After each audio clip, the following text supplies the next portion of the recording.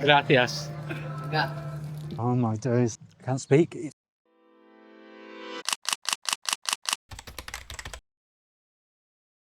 Today I am at Manilva International Festival and I've come back to answer one question. Was it worth coming back for the food? I got there just before 11, which was earlier than I planned. And the stalls were still setting up. There was no rush, no panic, just everybody getting ready for the day in the sun, which when you think about it, makes complete sense. Spanish lunch doesn't really start until around 2 in the afternoon. So arriving early turned out to be a good thing. I got to see the food arrive fresh, I could walk around while it's still quiet, and I could have a nosy around before it got too busy or too hot.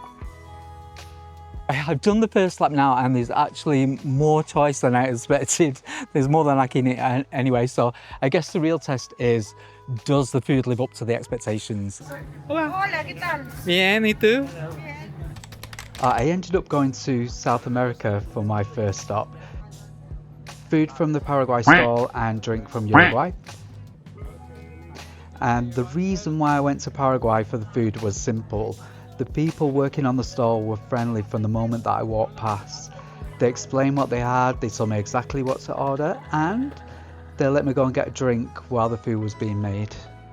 They were super friendly. They were explaining how this is like a typical sandwich. It's full of salad, meat, and also they said that be careful because it drips all down you, and I've already done it. I've spilt it all the way down me already.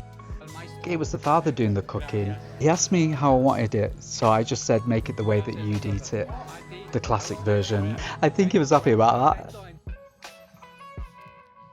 Oh my days, I can't speak. It's so nice. It's so flavorful. The cob is crispy and crunchy, and then you bite through to really buttery meat, and the salsa makes it flavorful. It's salty and sweet and sticky. It's not spicy. It's got chimichurri running through it. The guy that was made it, he was a dad who does all the barbecues, and I just said to him, make it the classic way, make it the way that you guys eat it, and he was like, right, leave it to me. I'm wolfing this down, honestly. Like, I've got it all around my mouth and everything. That's how tasty it is. I've wolfed that down. That's the last bite. It cost €6, but it was worth every single bite. I need to lie down now. I was wolfing that down that fast that I forgot to tell you about the drink. The drink from the Ecuador stall, they called it Ecuajito, which when you say it out loud is pretty much Ecuador and mojito put together. I ended up getting the strawberry version, and yeah, it was pretty much a mojito, but it was still nice.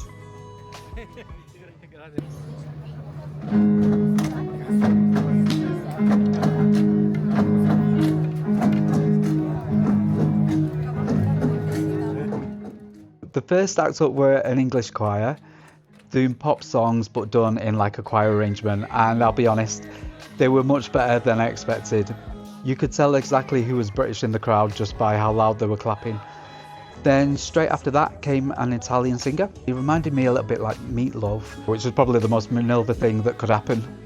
The food was the reason that I came, but this is really where the festival starts to feel alive. Before this just becomes a video of me eating my way around the stalls, I just want to bring back to Manilva for a minute, because the produce, the wine, the vineyards, these are all part of its story too. Manilva is wine town, and the vineyards are just outside the village, and local wine is what makes this place its own thing. They serve a sweet wine here, which is closer, I would say, to a sherry than anything else, and they pour it in this traditional way that aerates it.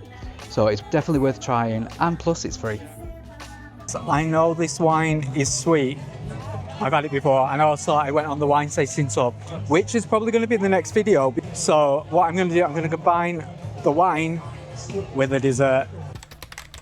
I'd had my eye on the French patisserie since my first lap. The guy running the stall was one of these people who's just visibly happy to be there. Big energy and very welcoming. I picked what I thought was a lemon pastry, and it turned out that it was a lemon meringue, just in a different shape. First bite, I think I bought another lemon.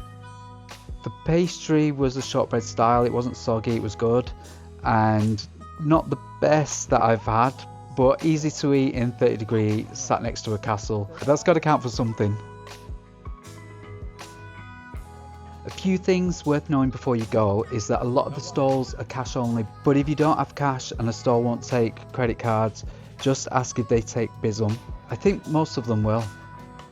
Arrive earlier than you think. Some of the barbecue food isn't ready until the crowds build up, so do a lap first and see what's actually there and then decide.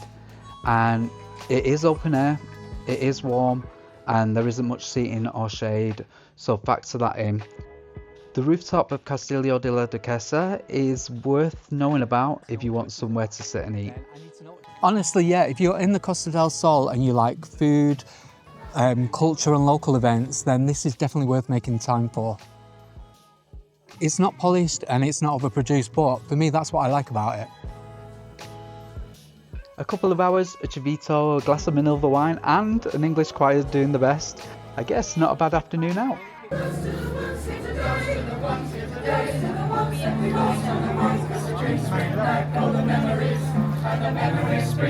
Memories bring back you.